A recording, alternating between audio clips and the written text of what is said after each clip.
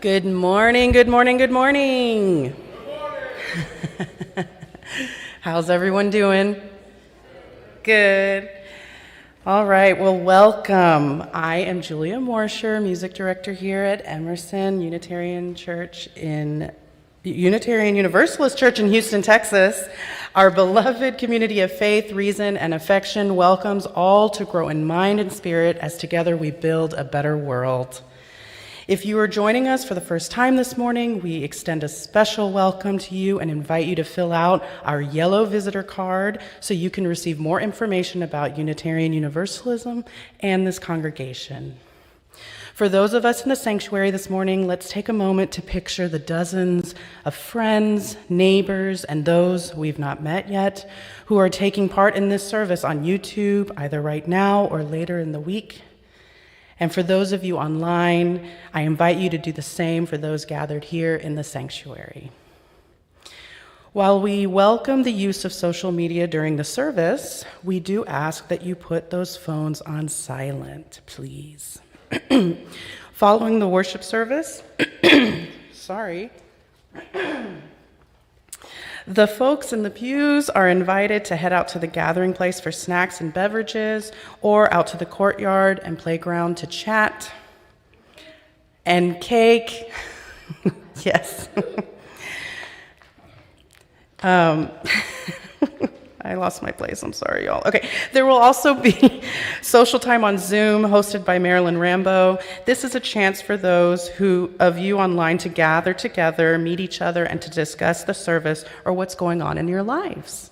Again, welcome to all. And now for our prelude. Sophie.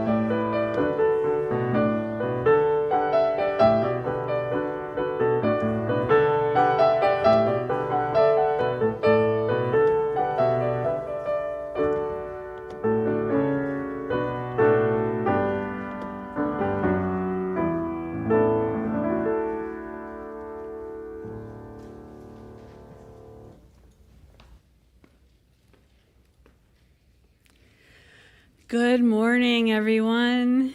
Good morning.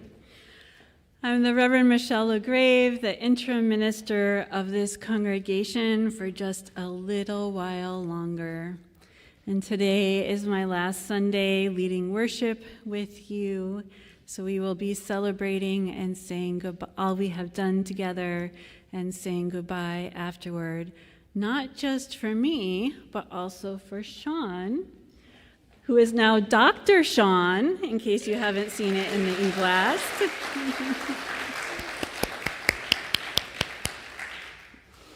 So I'm glad so many of you are here to join us in this really special celebration of ministry, musical and otherwise, today.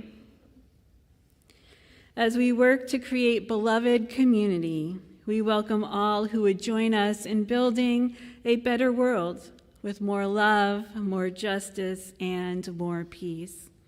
We welcome all who would join us in growing in mind, heart, and spirit. We welcome all who would join us in tearing down systems of oppression of all kinds. We welcome all who would join their purposes to ours in a loving spirit of right relationship.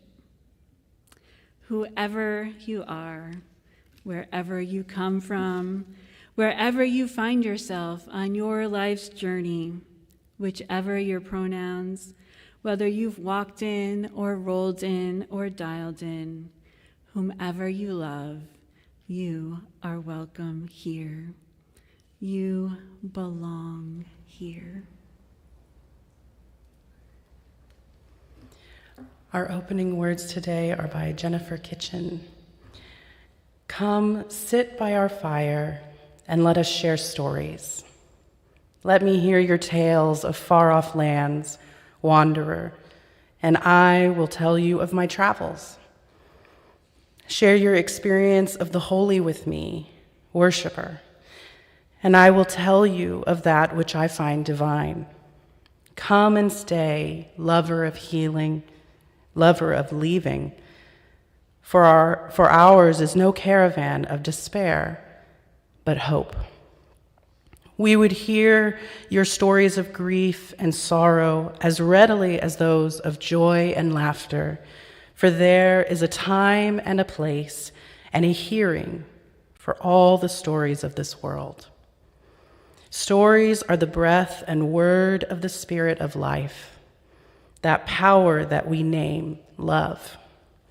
Come, for our fire is warm, and we have seats for all. Come, again and yet again, come speak to me of what fills your heart, what engages your mind, what resides in your soul. Come, let us worship together.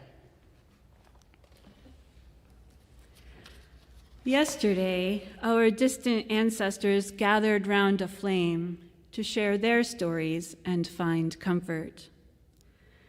Tomorrow, our descendants will gather round a flame, talking of a life we will never know. But today, it is we who gather here around this flame, seeking, believing, and being together.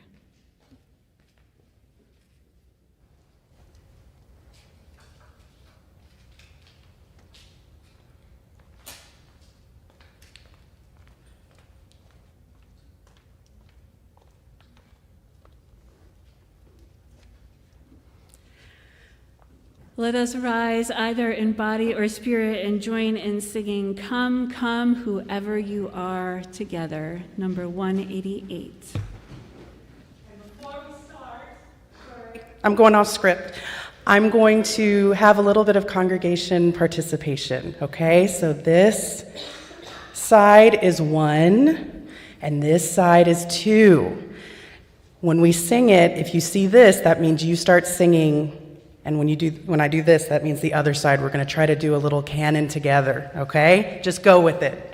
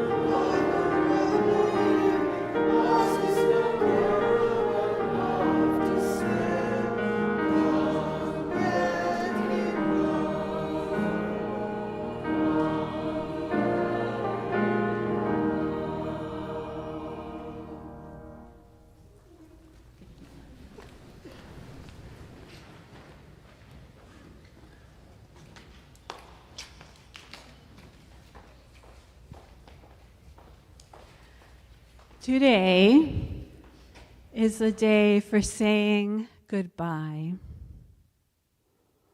So, we're going to talk about what it means to say goodbye, beginning with, what does the word mean? Does anybody know where it comes from? God be with you. Mark, got it? Yes, God be with you. In 1575, we have the first recorded, as in written down, use of the contraction of God be with you into goodbye. And it was a letter written by an English scholar named Gabriel Harvey. You can see the top line is what he actually wrote in the letter, and then I broke it apart for you to see the elements of the contraction. So contraction just like isn't or won't or so on and on. So God be with you.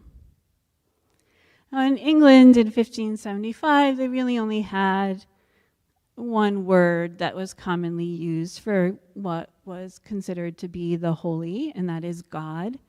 Today we have many different words. So use your contemporary understanding of the word of God, and considering that, why would we want to say, God be with you, when someone is leaving someone else? Why would we want to do that? Michael, like be safe. You're invoking protection for the person who is traveling away. That's one aspect of it. Any others? Craig says, be mindful. Be mindful as you depart and actually take the time to say goodbye. That's a holy thing to do, right? Nancy says we want the people who are leaving each other to be blessed. Yeah. To wish them well, to bless them. So today is a day of leave taking, and it falls in a whole long line of leave taking. Katie's was just last week. We've lost other staff people and other members of the congregation over the last few years. There are many, many goodbyes that we have already said. And today, you and I will say goodbye to each other, and Dr. Sean and you will say goodbye to each other. I'll talk more about what it is that I wish for you and what I have seen in you over these last few years. But let's take just a moment as we close this story time to sit in silence and just think about what it is that we would wish each other as we take our leave later today. And maybe we can share them during our celebration. Thank you.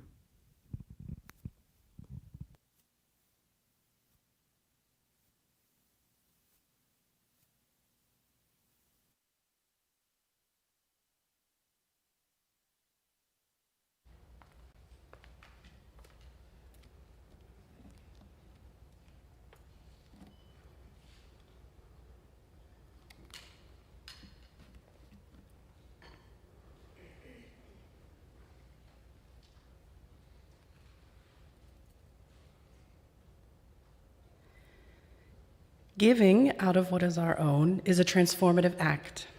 As a community of faith, we collect an offering not for ourselves or our congregation, but to give to others as a collective action of our community and as a way to live out our shared values. Our June Share the Plate charity is the Texas Health and Environmental Alliance, or THEA. Their mission is to protect public health and the environment by engaging, educating, and empowering impacted communities to advocate effectively for the cleanup of historical contamination. THEA's efforts have influenced more than $122 million in EPA-ordered remediation of Superfund sites. And the remaining 25% of our offering goes to our ongoing commitment to Interfaith Ministries Meals on Wheels, feeding Houston seniors. We have 3 ways to give. You can go to our webpage for online giving, you can put your offering in our baskets, or you can mail a check to the church. And children may leave for Sunday school.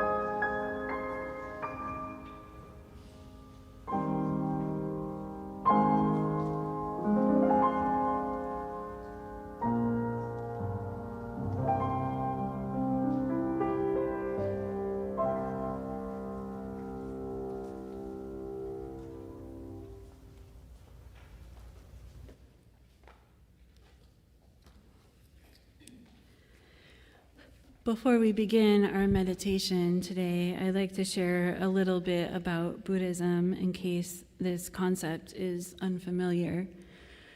In Buddhism, there are people called bodhisattvas.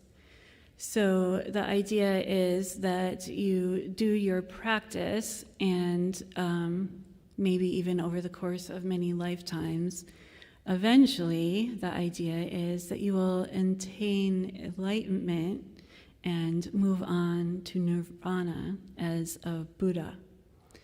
However, there are people who are believed to choose not to go to nirvana, but to return back here and continue to help other people in terms of their attaining of enlightenment. So that's a bodhisattva. Please find a comfortable place to be or in your seats.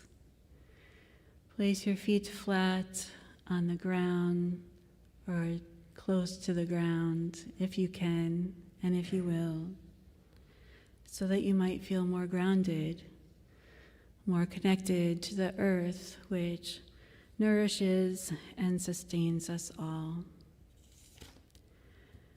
Close your eyes if you feel comfortable doing so, and take a deep breath in. As together we enter into a time of meditation, followed by silence. Have you ever met a wise old soul? The interesting thing is, they don't always come in old bodies. I knew two. One was young when I met her. She had the most beautiful dark brown eyes I have ever seen. She used them to communicate from one heart to another, from one soul to another. I am convinced she was a bodhisattva. The other was not so young. She had the most spectacular ears I have ever known. She used them to call forth. She was tall and graceful, and she blossomed like a flower. I witnessed this for myself.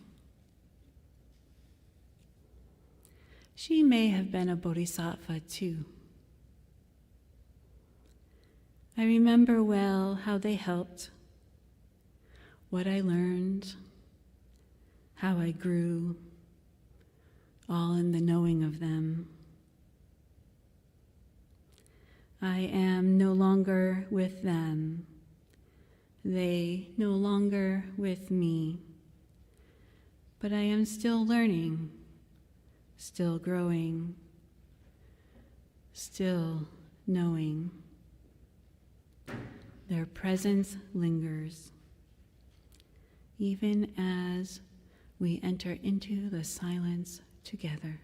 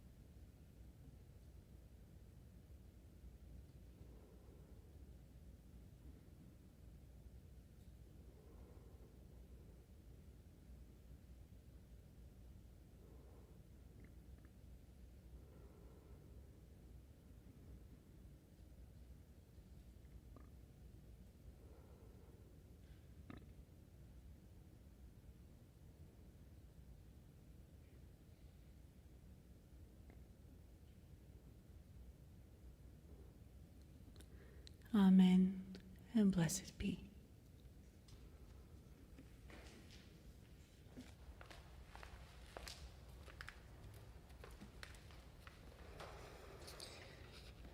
This reading is by the Reverend Meg Barnhouse. All summer, workers have been building a brick wall along the road of my neighborhood. Against the brutal heat, they stretch a tarp overhead to get a little shade. I've watched them take bricks in their dusty brown hands from one by one, butter them thickly with mortar, line them up, and tap them down row by row. One man, who looks to be in his 70s, is the leader. His skin is the color of bittersweet chocolate. His beard is gray. Slender and tall, he moves from one group of bricklayers to the next, reaching and bending, looking like a heron in the marsh. When he pauses, he stands very straight. I see him teach the others how to do the work. He stoops over to look at a line of bricks, hands on his thighs, inspecting the work. Sometimes as I drive by, I see him put his hand on the back of the person he's teaching. Often they're both smiling. He looks like he loves what he's doing. I wonder how he can love building walls day after day, handling bricks, teaching the art of laying bricks. Is it the teaching he loves? Seeing how his students learn, what their styles are, how their work shows their character? Does he love the wall itself? Does he know about when it will be done? Does he look forward to seeing it finished? Or does he love the process, the feel of the bricks in his hands, the squish of the mortar, the challenge of making the symmetry of the pillars and arches, the geometry of it? I think, from the look on his face, that he loves the process. I imagine that he never thinks about the end of the project, the completion of the wall. I think he will go on to the next wall as if it were just a continuation of this one, then the next one, and the next, and never be bored. I want to be like that. And I am, I guess. In my job as a minister, the bricks are stories. I hear stories of family and work, stories of loss and reconciliation, stories of rejection and disaster, illness and healing, birthing and dying. I tell stories every Sunday, and in between, teaching, challenging, confessing, inviting people to learn and laugh and think. Brick by brick, story by story, we build a church, seeing the patterns, the symmetry, the plain joy of setting one story on the other, sustained by the strong and beautiful structures they make. We will never be finished. It's okay.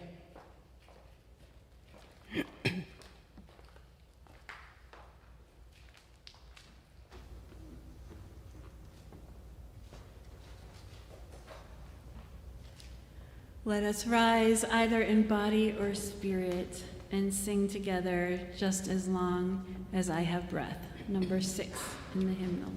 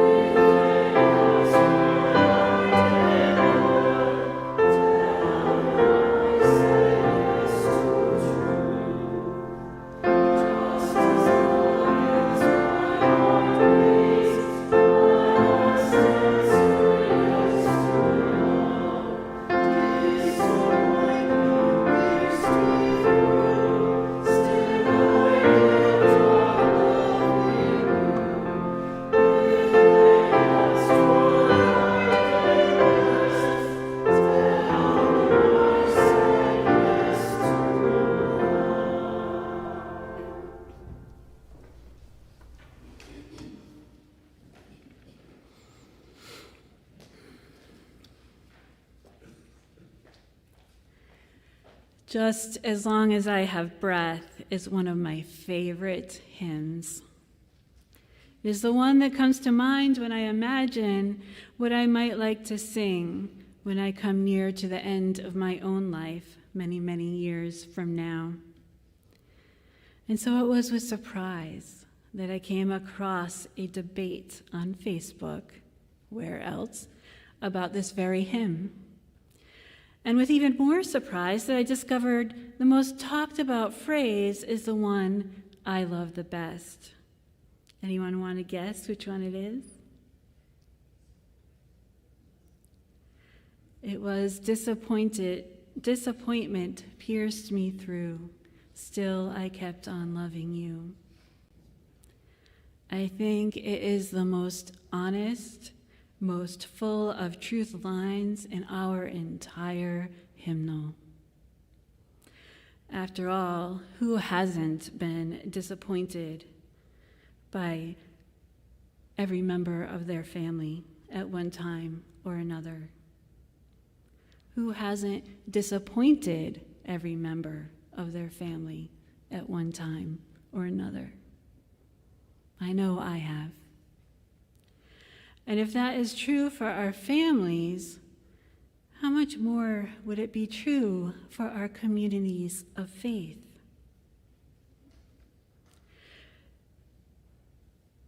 Disappointment pierced me through. Still, I kept on loving you. I've heard a story about a UU minister who once told their congregation that they do not become real members of the congregation when they sign the book. They become real members of the congregation when they are disappointed by their congregation and choose to stay anyway. It's a bit of a reality check. Our communities of faith are made up of humans, and we humans are imperfect. I would only caution that that word is disappointment, not harm or trauma, and that it's okay if we need to take a bit of time to regroup after being disappointed. I think the reason some people don't like that line is because it's hard to face the truth that we can and do disappoint each other. But still, we keep on loving each other. For you and I, though, today marks a ritual parting of our ways. You all will remain together as a congregation of members, friends, and visitors, and I will depart. I am sure there are ways in which I have disappointed you, and that's okay. Someday, years in the future, you will process our time together when you have your next interim minister and you do your historical timeline once again, folding the newest ministries into your story and reshaping the story of your older ministries with new understanding. Such is the way of our congregations. And when you do this, I can only hope that when you are asked what I did well, you will be able to say that I said yes to life and yes to truth. And when they ask what I did best, you will be able to say that I said yes to love. Yes to life. Yes to truth. Yes to love. Yes to the life of this congregation by supporting you in becoming a stronger and healthier congregation than you once were. We are all meant to learn and to grow, and you have done so. Yes, to speaking hard truths to this congregation by reflecting back to you what I have seen and heard and witnessed. You have listened and discussed what you have heard and you have made thoughtful and intentional choices about how you would like to be as a congregation. Yes, to loving this congregation, even as you have struggled to make your circle wider. You have become a gentler, wiser, more loving, lighter, more playful, more compassionate congregation. And I am proud of you. If you hear nothing else I say this morning, I want you to hear this. I am so proud of you. The secret here is that while the interim minister comes to help you through your interim ministry, this is the congregation that does the hard work, and you have done it. You are a different congregation than the one you were when I arrived. You have been through so much struggle, so much transition, so much trauma these last few years, and yet you have still learned, still grown, still transformed. I am proud of you. And I hope that you are proud of yourselves.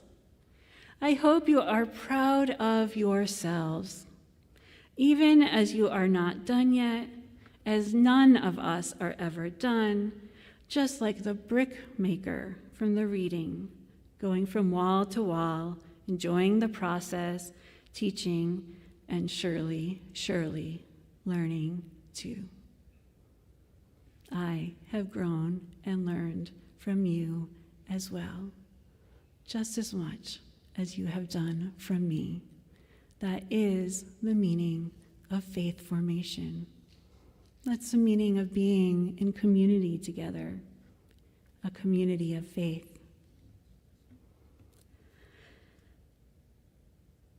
Over these last 3 years, I have often said that the interim ministry is a lot about helping you to identify the patterns of your history and then to thoughtfully and intentionally choose which patterns you would like to keep going forward and which patterns you would like to discard.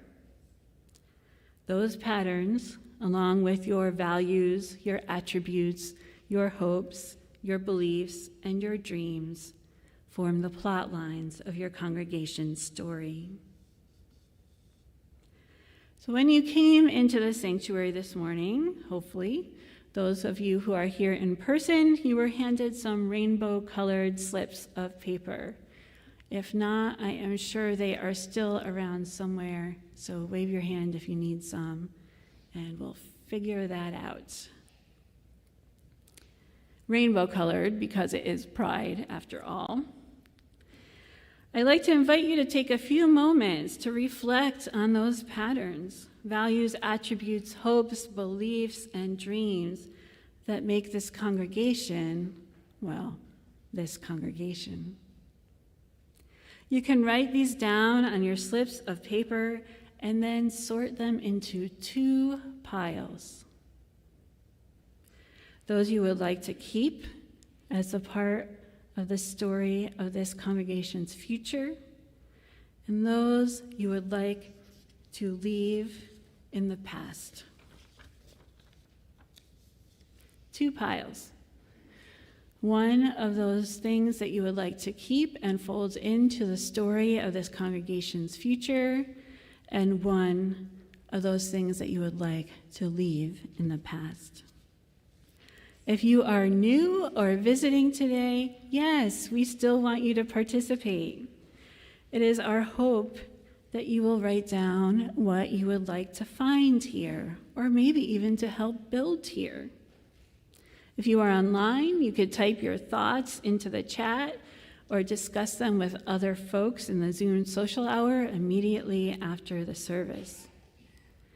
So when you are ready, you can bring your papers forward. Julia will be assisting you. There are glue sticks and there are markers. There's a big trifold display on the table. There's a small one below. It is up to you how you would like to design your wall, where you would like to leave the bricks of the things that you would like to discard. Maybe that would be in the grass below the wall. Maybe that would be in that lower trifold. However you want to do it, Julia will support you in working together and figuring that all out. Now remember, I know this is Texas. Don't take the building the wall too literally. Think beautiful garden wall. And remember to leave room for the mortar, or if you remember last week's story, the grout. That is important too. You may begin.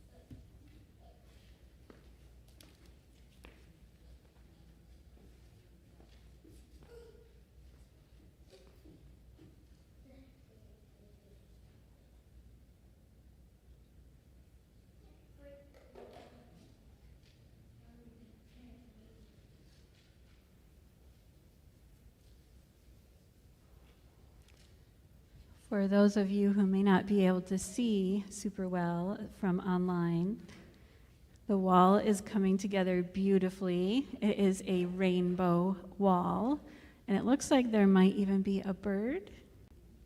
There's a bird on the top of the wall.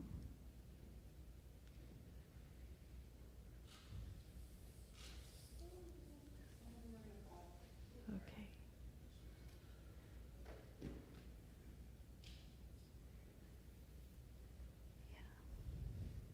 A little extra glue here or there.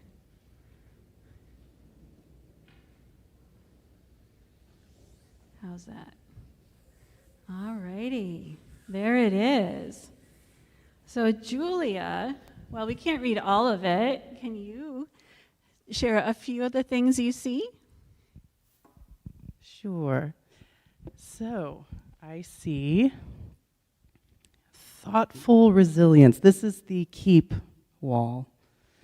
Thoughtful resilience, music. Yay. And the orchestra, or as someone put, l'orchestre. And let's see, hospitality, creativity, dedication to education. I have an echo. Open-mindedness of this congregation of all genders, trans or not. Wonderful. And we will leave this for you all to be able to view and read what each other has added to the wall. Now, how about the things we're going to leave behind?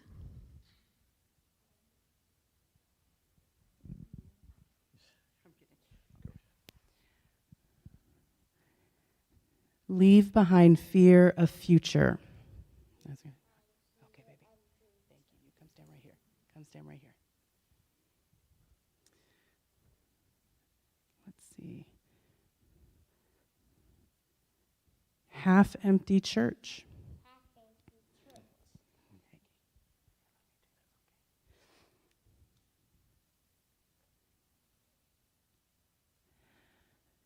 The indiscernible trash. Oh, okay.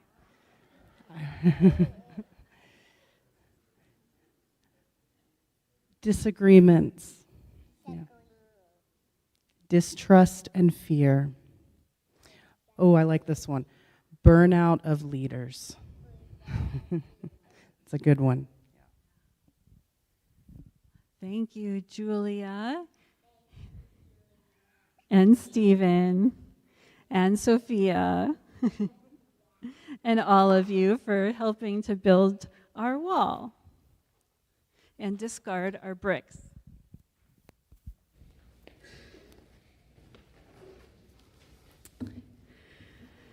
So this is your story in process, where you are now, where you've been, where you'd like to go.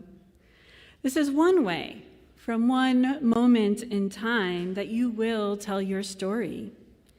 Your story, this congregation's story, this community's story, will continue to morph and change, shift and adapt as the years pass. You will come to new understandings, new learnings, new retellings as the years and the decades go by. This is how it is with all stories, and with the best of stories, even millennia later. Before we release each other from the covenant we made together when I first arrived, before we celebrate our time together, before we say our last goodbyes, I'd like to fold this story, our story, into one almost as old as humans have been telling stories. I am sure you will remember it well. There once was a man, a leader, named Moses. He led his people out of Egypt, through the wilderness, and right on up to the edge of the promised land near the Jordan River. There he remained while his people crossed over, so that they might more easily embrace the new. While I am no Moses, and while it is me who will leave you and you who will remain, our stories do share some similarities.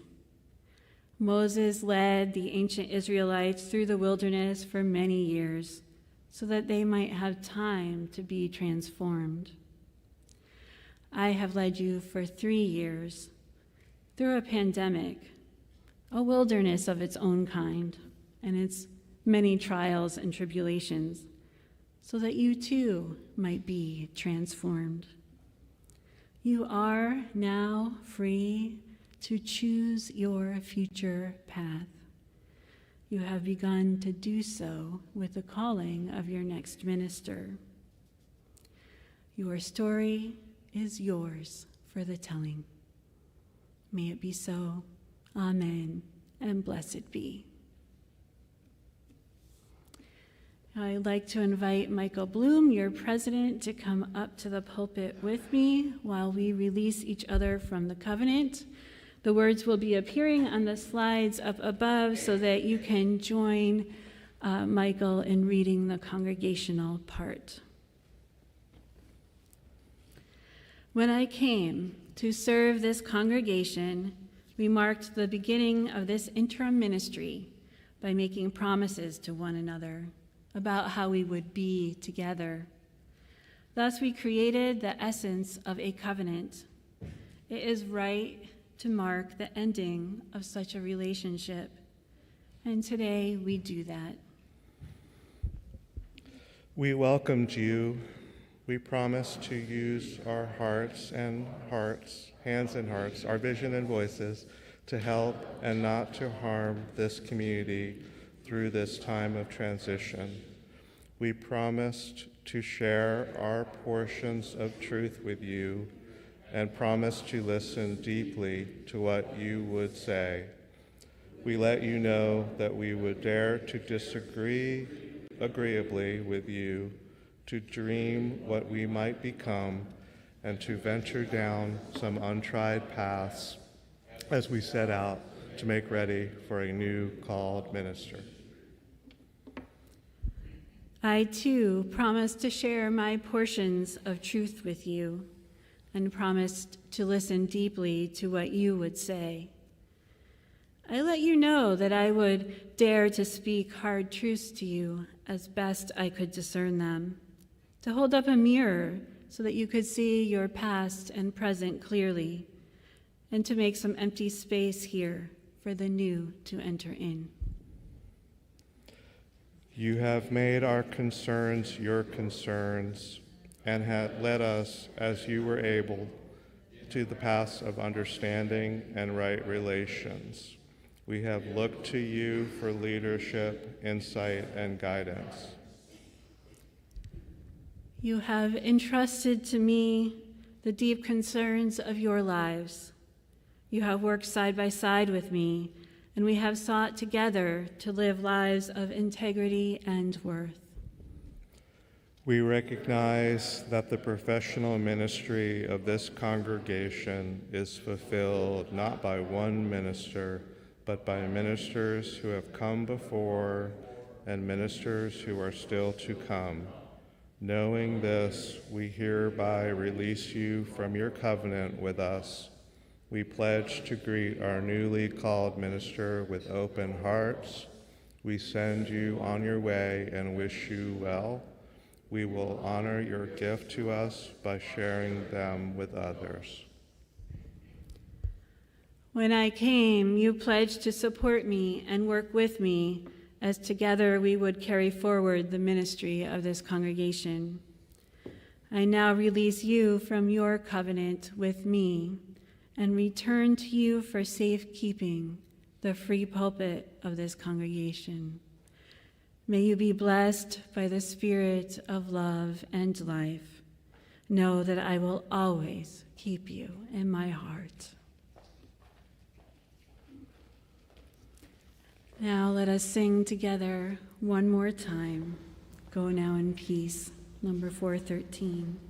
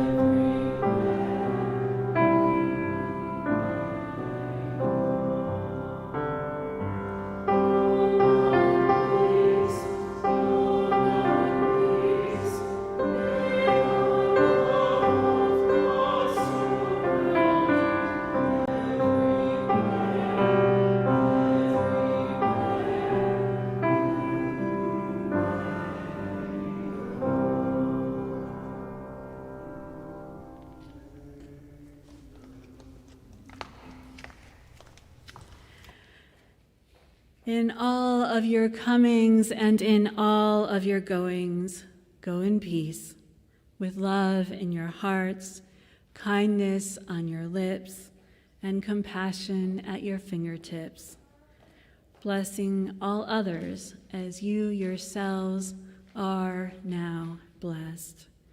May the Holy be with you always. Amen, and blessed be.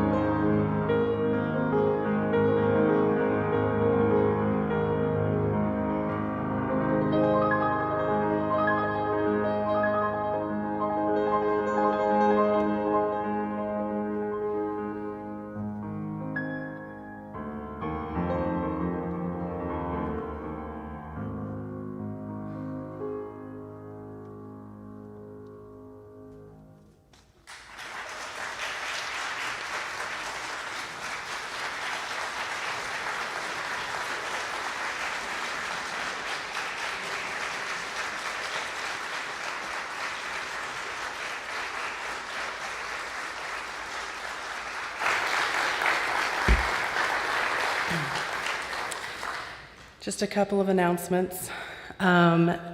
Next week, we have the General Assembly service that is starting at 10 a.m.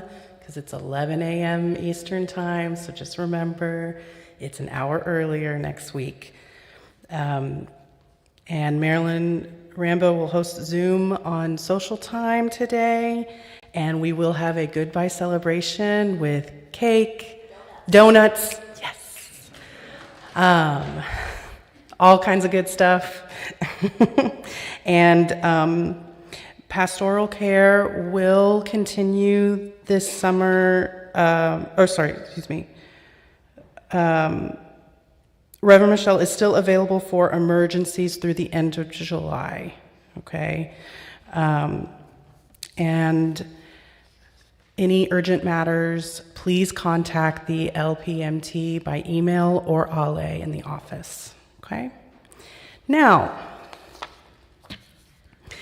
I'm not very good with goodbyes. I'm notorious for what's known as the Irish goodbye. I don't know if any of you know this term, but it is when you leave a party without saying goodbye to anyone. You just vanish without any notice. And I know that Sean would also prefer this method today, but what she doesn't know is that I'm also very good with embarrassing appreciation speeches. So here we go. Sean and I have known each other since I came to Emerson in 2018, and I immediately knew that even though at that time Adrian was the director, Sean was the boss. Yes.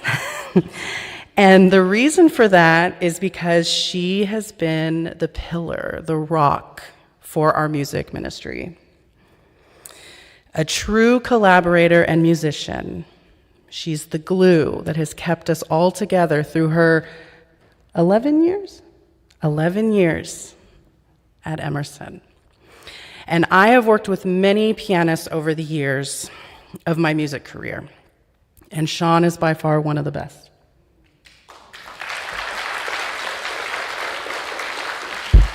How you doing, Sean? Don't worry. Don't worry, I'm like a third of the way through, okay? All right. Major third. It's one thing to play piano well. It's another to accompany someone, or especially a full choir. Sean can play literally anything you put in front of her, literally anything. And she can also sight read anything and make it look like she's been preparing it for years. But the way she's accompanied our choir is an unmatched skill that I have never experienced in my time as a musician. I may be waving my arms and giving cues, but the best pianist truly leads the ensemble and makes the rest of us feel safe and secure. Sean, you have been a true minister in your time here at Emerson. Now it's time to start a new ministry. I know what it's like to go abroad and live in another country and then return back to your home after so many years. It's exciting and scary, entering into the unknown of this new adventure. And now it's our turn to be your pillar and rock. You have and always will have a place here at Emerson. We are so sad to see you go, but we're also thrilled for you. May you continue to minister in everything that you do. Here's to you, Dr. Chin.